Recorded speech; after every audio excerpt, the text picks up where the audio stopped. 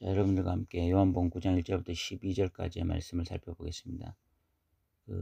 조현병을 다룬 영화가 있는데 F20이라는 영화가 있습니다. F20은 그 조현병의 그 병 코드 명입니다.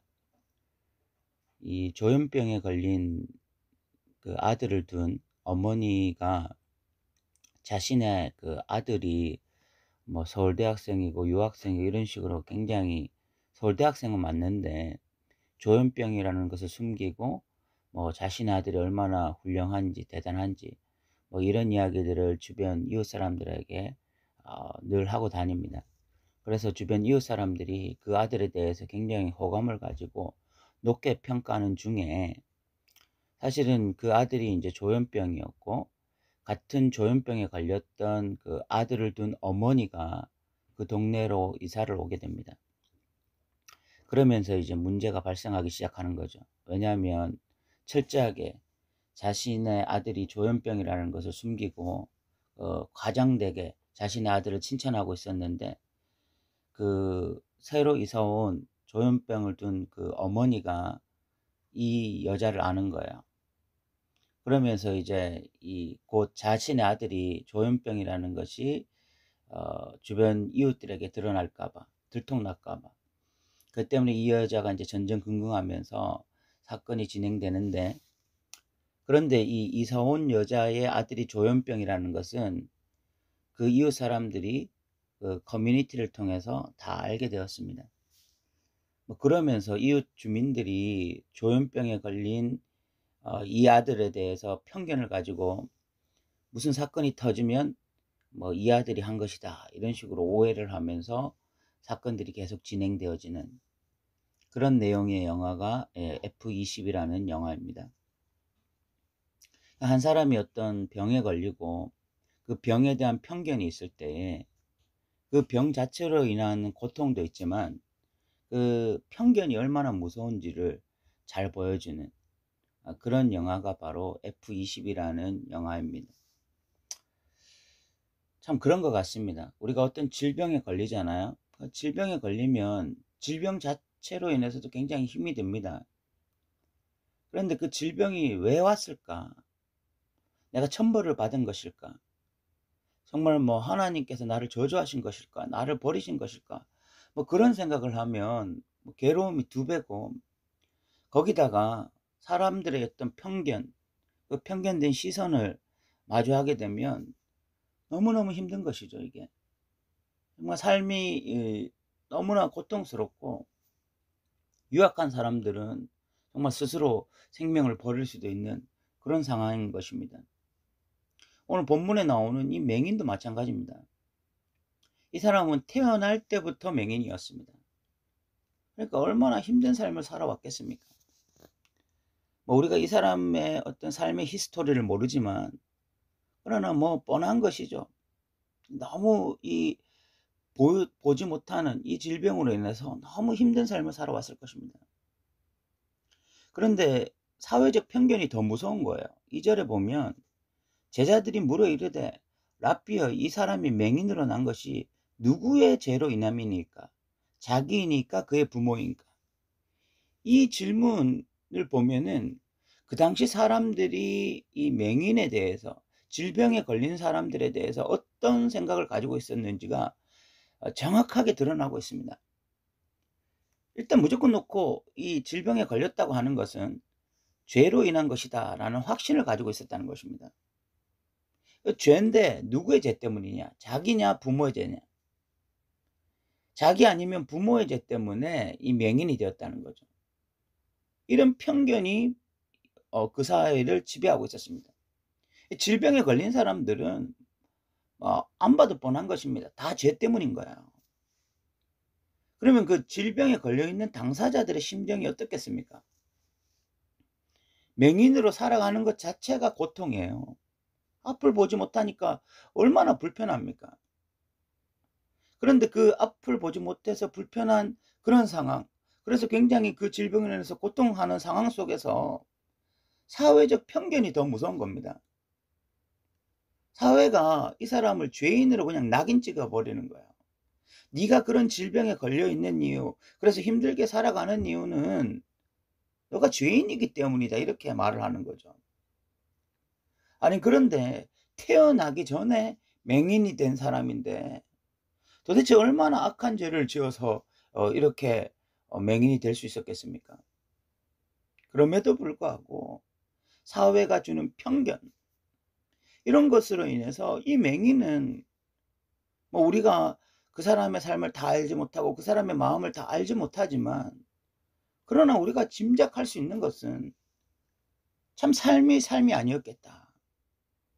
참 그 하루하루 살아간다는 것이 너무 큰 고통이었겠다, 이런 생각이 듭니다. 그런데 예수님이 3절에 이렇게 대답하십니다.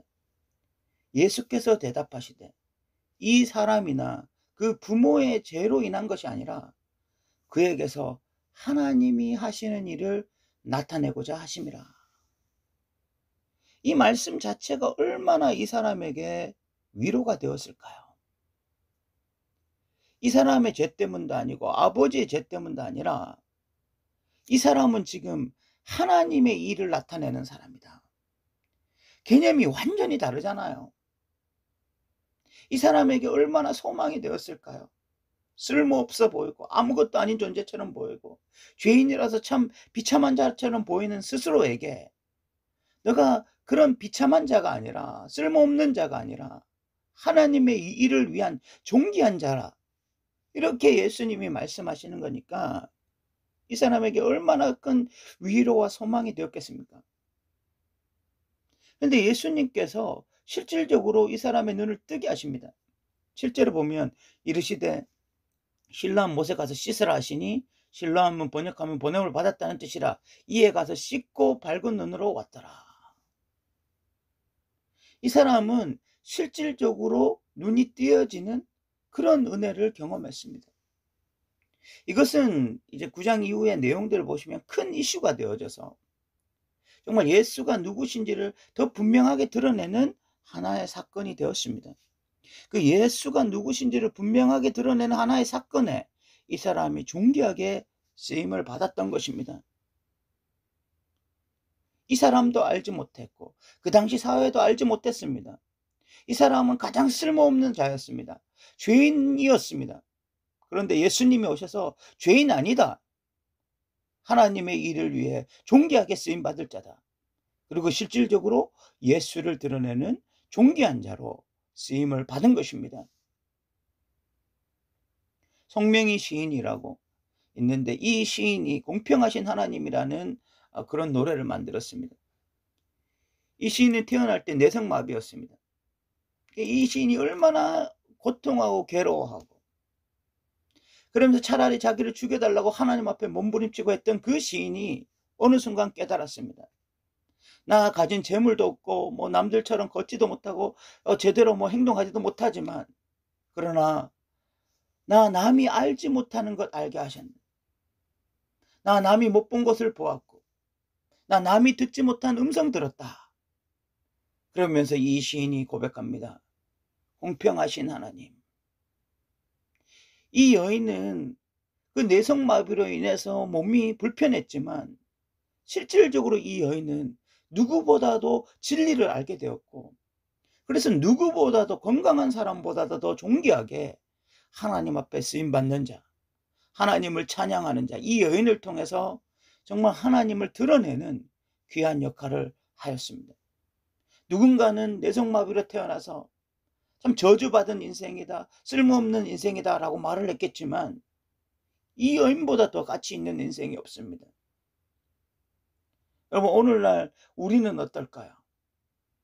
건강한 몸을 가지고 있지만 오히려 하나님의 영광을 드러내는 일에는 소홀히 하고 죄에 몰두해서 살아간다면 누가 진짜 가치 있는 인생이겠습니까? 누가 진짜 하나님 앞에서 가치 있는 인생이고 옳은 인생이라고 인정을 받겠습니까? 그냥 사회의 편견에 의하면 건강하게 태어난 우리가 좋은 것 같고 사지 멀쩡한 우리가 정말 축복받은 인생처럼 보이지만 실질적으로 사지 멀쩡한 인생을 가지고 하나님의 영광과는 전혀 상관없는 자기의 욕구나 채우면서 자기의 인간적인 욕구를 향하여 끊임없이 달려가고 있다면 정말 누가 더 하나님 앞에 바른 인생이라고 인정을 받겠냐 하는 것입니다. 사랑하는 성도 여러분, 우리의 인생 역시 이 맹인과 같이 하나님의 일을 나타내고자 있는 것입니다. 예수님께서 우리에게도 동일하게 이 사람이 지금 이 땅에 존재하는 이유는 하나님이 하시는 일을 나타내고자 함이니라 라고 말씀하실 것입니다. 결국 우리도 눈이 띄어져야 됩니다.